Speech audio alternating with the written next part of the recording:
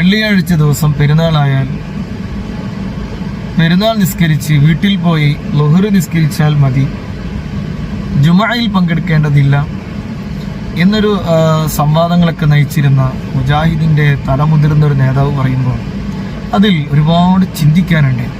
കേവലം മസ്അല എന്നതിനപ്പുറത്തേക്ക് പ്രത്യേകിച്ച് മുജാഹിദ് ആശയങ്ങളിൽ പെട്ടുപോയ പാവങ്ങൾക്ക്, സുന്നി ആശയങ്ങളോട് താല്പര്യമില്ലാത്തവർക്ക്, ഇവരോട് നിങ്ങൾ ചോദിച്ചു നോക്കുക, ഹദീസ് ഉണ്ടോ? ഹദീസുണ്ട്. 2 പെരുന്നാൾ ഒരുമിച്ച് കൂടിയാൽ ഹദീസുണ്ട്. പക്ഷെ അതിൻ്റെ കോണ്ടെക്സ്റ്റ് എന്താണ് അയിമത്ത് പറയുന്നത്? അത് അവർ പറഞ്ഞതല്ല. അക്കാലഘട്ടത്തിൽ മദീനയിൽ നിന്ന് 6 കിലോമീറ്റർ അകലെയുള്ള സ്വഹാബത്തിനോട് നബി സല്ലല്ലാഹു അലൈഹി വസല്ലം തങ്ങൾ കൊടുത്തൊരു ഓപ്ഷനാണത്. പള്ളിയുടെ ലഭ്യതക്കുറവ്. ഇന്ന് സവിസ്തരം പള്ളികളുണ്ട്. പെരുന്നാൾ നിസ്കരിച്ച് തിരിച്ചു വന്ന് ജുമാക്ക് ബാങ്ക് കൊടുത്ത് വീട്ടിൽ നിന്ന് പുറപ്പെട്ടാൽ തന്നെ പള്ളിയിലേക്ക് എത്താൻ പറ്റുന്ന സാഹചര്യങ്ങൾ എമ്പാടും എല്ലാ നാടുകളിലുണ്ട്. അപ്പം ഈ സാഹചര്യത്തിൽ അത് നമ്മൾ ഫോളോ ചെയ്യേണ്ടതല്ല എന്ന് നമുക്ക് വ്യക്തമാകും. ഞാൻ ചിന്തിക്കാനുണ്ട് എന്ന് പറഞ്ഞാൽ നിങ്ങളൊന്ന് ആലോചിച്ച് നോക്കൂ. എല്ലാവരും പള്ളിയിലേക്ക് പോകുമ്പോൾ, പെരുന്നാൾ ദിവസം പള്ളിയിൽ പെരുന്നാൾ നിസ്കരിക്കുമ്പോൾ, ഇവർ ഈദ്ഗാഹ് എന്ന പേരിൽ മൈതാനിലേക്ക് പോവുകയാണ്, ഫുട്ബോൾ സ്റ്റേഡിയത്തിലേക്ക് പോകുന്നു. ഹദീസ് ഉണ്ടോ? ഉണ്ട്. ആ ഹദീസിന്റെ കോണ്ടെക്സ്റ്റ് എന്താ? നബി സല്ലല്ലാഹു അലൈഹി വസല്ലം തങ്ങളുടെ കാലഘട്ടത്തിൽ പെരുന്നാൾക്ക്, നമ്മുടെ നാട്ടിലെ പെരുന്നാൾ നിസ്കാരത്തിന് മറ്റു ജമാഅത്തിനേക്കാളും ജനബാഹുല്യം ഉണ്ടാകാറുണ്ടല്ലോ. അതുപോലെ നബി സല്ലല്ലാഹു അലൈഹി വസല്ലം തങ്ങളുടെ ആ ജമാഅത്ത് പ്രതീക്ഷിച്ചുകൊണ്ട് പെരുന്നാൾ നിസ്കാരം, ഏറ്റവും ശ്രേഷ്ഠമായ ആ പെരുന്നാൾ നിസ്കാരത്തിന് വേണ്ടി, ജമാഅത്തിന് വേണ്ടി എല്ലാ സ്വഹാബത്തും ഒരുമിച്ച് കൂടും. അവർക്ക് പള്ളിയുടെ സ്ഥലപരിമിതി പ്രശ്നമാണ്. അപ്പോൾ മൈതാനിലേക്ക് ഇറങ്ങി. ഇന്നിപ്പോൾ നമുക്ക് എല്ലായിടത്തും എല്ലാവരും ഉൾക്കൊള്ളാൻ പറ്റുന്ന പള്ളികളുണ്ട്, മസ്ജിദുകളുണ്ട്. പിന്നെ എന്തിനാ നമ്മൾ ഈദ്ഗാഹിലേക്ക് പോകണം? അപ്പോൾ അവർക്ക് ഹദീസുണ്ട്, കോണ്ടെക്സ്റ്റ് മാറ്റിമറിച്ചു. ഇനി നിങ്ങൾ വെള്ളിയാഴ്ച തന്നെ ജുമഅയാണല്ലോ ഒഴിവാക്കിയത്. ഇവർ തന്നെ എല്ലാ വെള്ളിയാഴ്ചയിലും ജുമഅയിൽ ഖുത്ബ അറബി ഭാഷയിലാണ് ഓതുന്നത്, മലയാളത്തിലാണ് ഓതുന്നത് കേരളക്കാർ. ശരിക്കും അറബി ഭാഷയിൽ ഓതിയാൽ അല്ലേ ആ ജുമഅ ശരിയാവുള്ളൂ. അപ്പൊ ഇവർ പറയും ഹദീസ് ഉണ്ട്. പക്ഷെ അതിന്റെ ആശയം അതാണോ? അല്ല.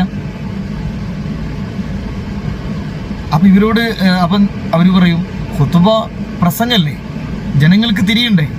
ആയിക്കോട്ടെ, ജനങ്ങൾക്ക് തിരിയണം എന്നുണ്ടെങ്കിൽ ഒരു 10 മലയാളി, 10 ഇംഗ്ലീഷുകാർ, 10 അറബി സംസാരിക്കുന്ന ആള്, 10 ഉറുദു ബംഗാളികളും ഉണ്ട്, 40 ആൾ അങ്ങനെ ഉണ്ട്. ഈ ഒരു സമൂഹത്തോടെ എങ്ങനെയാണ് ഖുത്ബ നിർവഹിക്കുക? ജനങ്ങൾക്ക് തിരിയുന്ന ഭാഷ എന്നാണ്. ഏത് ഭാഷയിലാ? ബഹുഭാഷയിൽ ഖുത്ബ നിർവഹിക്കേണ്ടി വരുമോ?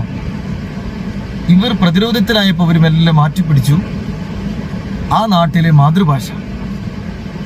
അപ്പൊ കേരളത്തിൽ മലയാളം, തമിഴ്നാട്ടിൽ തമിഴ്, കർണാടകയിൽ കന്നഡ, അതുകൊണ്ട് മദീനത്തും മക്കത്തൊക്കെ അറബിയിലാണ് മാതൃഭാഷ. യാതൊരു പ്രമാണവും ഇതുവരെ പിന്നിലില്ല. പക്ഷേ വിശുദ്ധ ഇസ്ലാമിനെ വളച്ചൊടിച്ചുകൊണ്ടിരിക്കുക. റമദാനിലെ തറാവീഹ് ഒരു കാലത്ത് മദ്രസ പാഠപുസ്തകങ്ങൾ, ഇവരുടെ മദ്രസ പാഠപുസ്തകങ്ങളിൽ 20 റക്അത്ത് തറാവീഹ് പ്രത്യേകമായ നിസ്കാരം റമദാനിൽ ഉണ്ടെന്നൊക്കെ പഠിപ്പിച്ച് ഇവര് പിന്നെ പറഞ്ഞു 11 റക്അത്താണ്, 8 റക്അത്ത് തറാവീഹ്, 3 റക്അത്ത് വിത്റുമാണ്. ഹദീസ് ഉണ്ടോ? ഉണ്ട്. മഹദി ബീവി ആയിഷ റളിയല്ലാഹു അൻഹ ഉമ്മയോട് ചോദിച്ചു, നബി സല്ലല്ലാഹു അലൈഹി വസല്ലം തങ്ങളുടെ നിസ്കാരം എങ്ങനെയായിരുന്നു റമദാനിൽ? അപ്പോൾ മഹദി പറഞ്ഞു, മാകാന റസൂലുള്ളാഹി സ്വല്ലല്ലാഹു അലൈഹി വസല്ലം യസീദു ഫി റമദാന വലാ ഫി ഗൈരിഹി അലാ 11 റക്അ. റമദാനിലും വലാ ഫി ഗൈരിഹി, റമദാൻ അല്ലാത്ത 11 മാസങ്ങളിലും 11നേക്കാൾ അവർ വർദ്ധിപ്പിക്കാറില്ലായിരുന്നു. ഈ ഹദീസ് കണ്ടപ്പോൾ 20 മാറ്റി ഇവർ 11ലേക്ക് ചുരുങ്ങി. അപ്പൊ നിരന്തരം റമദാൻ അല്ലാത്തപ്പോഴും ഇപ്പോൾ തറാവീഹ് ഉണ്ടല്ലോ. അപ്പോൾ തറാവീഹിനെ കുറിച്ചല്ലല്ലോ സുന്നികൾ കൃത്യമായി ചോദ്യം ചെയ്തപ്പോൾ അവർ മെല്ലെ മാറ്റിമറിച്ചു. റമദാനിൽ അല്ലാത്തപ്പോഴും ഇപ്പൊ അവർ പറഞ്ഞു റമദാനിലും റമദാൻ അല്ലാത്തപ്പോഴും ഉള്ള നിസ്കാരം തന്നെയാണത്. അതിന്റെ പേര് റമദാനിലാകുമ്പോൾ തറാവീഹാണ്, റമദാൻ അല്ലാത്തപ്പോൾ വിത്തറിലാണ്. ഇതിൻ്റെ ഇടയിൽ ഒരുപാട് പരിണാമ ഘട്ടങ്ങളുണ്ട്. അത് നമുക്ക് സമയമില്ലാത്തത് കൊണ്ടാണ്. ഏതായിരുന്നാലും യഥാർത്ഥത്തിൽ വിത്തറിനെ കുറിച്ചാണ് ആ ഹദീസ് പറയുന്നത്. റമദാനിലും 11 മാസങ്ങൾ എല്ലാ സമയത്തുള്ളത് 11 റക്അത്തുള്ള സുന്നത്ത് നിസ്കാരം വിത്തറാണ്. അതിനെക്കുറിച്ചാണ് ഹദീസ്. എന്നാൽ ഇവര് നേരെ തറാവിഹിന് ഉള്ള ഹദീസാക്കി മാറ്റി. ഞാൻ അവസാനിപ്പിക്കുകയാണ്.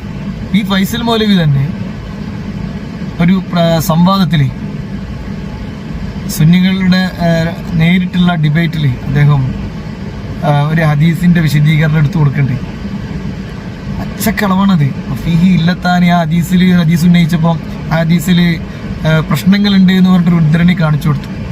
ഇതേ സാധനം അദ്ദേഹത്തെ ഫോളോ ചെയ്യുന്ന മുജാഹിദുകൾ സുന്നികളുടെ മുഖാമുഖ വേദികൾ വന്നുകൊണ്ട് ഉന്നയിച്ചു. കിതാബ് കാണിച്ചു കൊടുത്തപ്പോൾ ഈ മുജാഹിദിന്റെ ഈ ഫൈസൽ മൗലവിയെ ഫോളോ ചെയ്ത ആളാകെ അത്ഭുതപ്പെട്ടുപോയി. കാരണം ആ ഹദീസിനെ കുറിച്ചല്ല, അത് എത്രയോ ബാക്കിൽ വിഷയത്തിന്റെ വേറെ വിഷയവുമായി ബന്ധപ്പെട്ട് പറയുന്ന വിഭാഗമാണ്. ഇങ്ങനെ കബളിപ്പിക്കൽ അദ്ദേഹത്തിന്റെ ജീവിതത്തിൽ ഉടനീളം കാണാം. ഇപ്പോൾ മുജാഹിദിന്റെ വിഭാഗത്തിൽ തന്നെ ജിന്നി വിഭാഗം ഇവരെ കുറിച്ച് പരിഹസിക്കാറുണ്ട്. ജിന്നിനോട് സഹായം ചോദിച്ചാൽ പ്രശ്നമില്ല. ഹയ്യും ഖാദിറും ഹാദിറുമായ ജിന്നിനോട് സഹായം ചോദിക്കാൻ പറ്റും, ഔലിയാക്കളോട് ചോദിക്കാൻ പറ്റൂല. ഇങ്ങനെ ഈ ജിന്നിന്റെ പേരിലാണ് ഇവര് വേറൊരു ടീമായി മാറിയത്. മറ്റു പല മുജാഹിദിന്റെ വിഭാഗങ്ങളും ഇവരെ എതിർക്കുന്നുണ്ട്. യഥാർത്ഥത്തിൽ സാധുക്കളായ മുജാഹിദുകളുടെ അവസ്ഥ അവരേത് വിഭാഗം തന്നെ അവർക്കറിയില്ല. അപ്പൊ ഈ ഫൈസൽ മൗലവി ഇവരടക്കമുള്ള മുജാഹിദുകളെ ഇസ്തിഗാസ ശിർക്കാണെന്ന് പറഞ്ഞപ്പോൾ ആദ്യം കൊണ്ടുവന്നത് എന്താ? മനുഷ്യ കഴിവിന് അതീതമായ കാര്യങ്ങളോട് മഹാന്മാരോട് സഹായം ചോദിക്കൽ ശിർക്കാണ്. അപ്പൊ സുന്നികൾ ചോദിച്ചുകൊണ്ടേയിരുന്നു. മനുഷ്യ കഴിവ് എന്ന് പറയുമ്പോൾ ഒരു ആനയെ തടി വലിക്കാൻ വേണ്ടി, മരം വലിക്കാൻ വേണ്ടി കൊണ്ടുവന്നു. മനുഷ്യന് കഴിയാത്ത തടിയാണ്.